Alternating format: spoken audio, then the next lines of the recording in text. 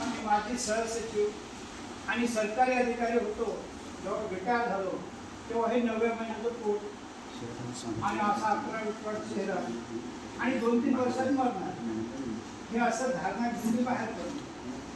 माझ्यामध्ये जे सरकारी अधिकार गुण सर्व बोलले, फक्त एक चांगला गुण असा होता की मी सांगली सातारा कुठे दौऱ्यावर गेलो की दिवसभर माझी संजय गांधी इंदिरा गांधीने आम आदमी योजना स्कीम होती, तर लोकांच्या भेटीगाठी घ्यायच्या, त्या योजनेमध्ये अडचणीच नाही.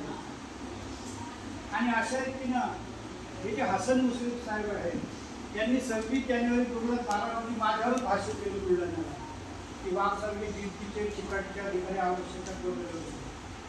तर विथ दिस रेफरन्स मी जेव्हा 2015ला रिटायर झालो, मी एक अशी मोठी घड्याळ घेतली होती, अजून ती घरी आहे आणि म्हटलं शेवटच्या श्वासापर्यंत आराम करणार.